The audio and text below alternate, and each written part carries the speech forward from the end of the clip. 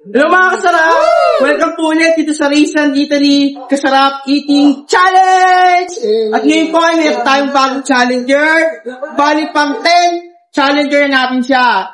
So, papasukin natin siya. Pasok! Wow! Upo na, sige. Ano pangalan mo? Jordan Michael. Jordan Michael Sakdalan. Siya si Jordan Michael Sakdalan from Malolos, Bulacan. Nakapalo ka ba sa aming race sa Ed Hernandez Kasarap? Okay, so nakapalo siya. Ang challenge na napili niya, yung challenge number 2. Ito yung 3 kanin at saka 3 ulam. So kailangan niya itong maubos sa loob ng 5 minutes. Pag naubos niya to sa loob ng 5 minutes ay meron siyang 200 pieces. Plus yung meal niya ay free na yun. Okay, so once na nag-start tayo, pag pinito na yung timer, mag-uumpisa na tayo sa ating 5 minutes challenge. Okay, so, ready ka na? Ano pala, Jordan? Jordan Michael Sakdalan. Ready? Okay, pag pinito na yung buzzer, ay, ready na. Okay, ready, set, go! Okay, na po, nag-umpisa na po si Jordan Michael Sakdalan.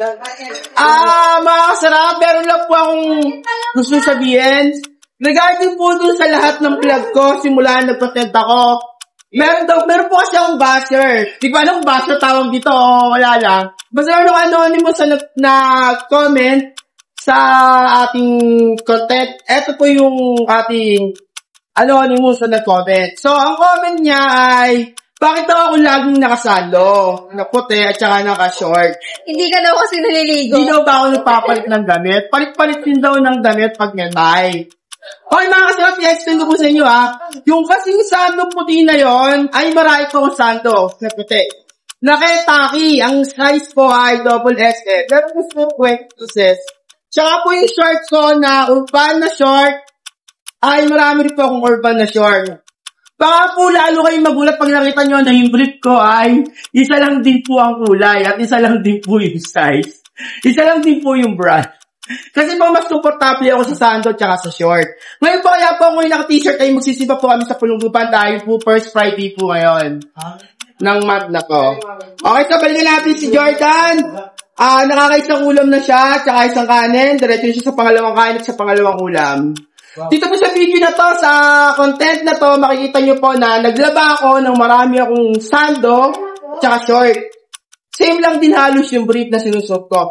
Marami po akong sando na tricolor. Hindi ko po siya sinusuot kasi hindi ako komportable at ayoko ng ibang kulay. Mas gusto po yung white na sando tsaka yung Jordan Jordan, itong urban na short tsaka nakahabayanas lang ako na short. Mas komportable po ako. So, balikan natin mamaya si Jordan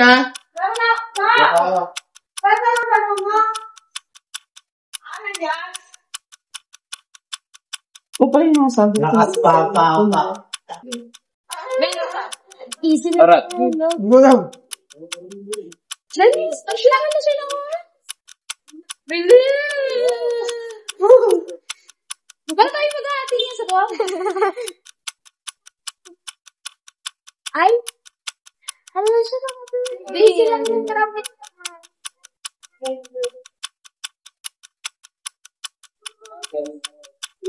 Ayan! Isa na yan!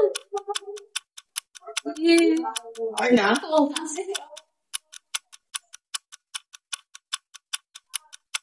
Yes, hello mga kasarap! Bali yung naiiwan lang isang ulam tsaka isang kanin. Bakit ako po sa inyo mga kasarap? Outstanding. Hanggat kumakain, may nakasalit. Ito po yung mga sando ko. Marami po itong mga color. Meron din pa akong mga t-shirt. Kaya lang po hindi ko siya sinusuot kasi hindi po ako masyadong komportable sa kulay. Marami rin po akong urban na short na hindi ganito. Kaya lang dito ako komportable.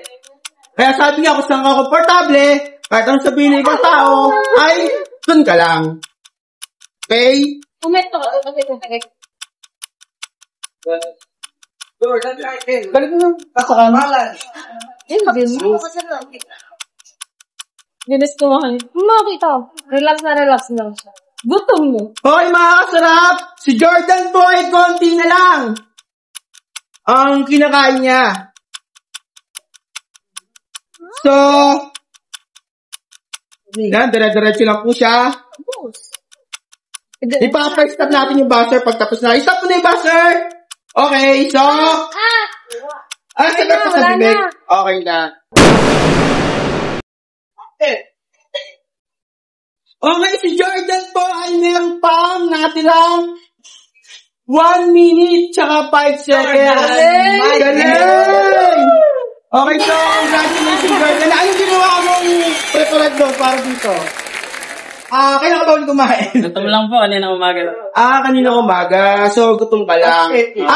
Si Jordan po ay may natirang 1 minute at saka 5 seconds.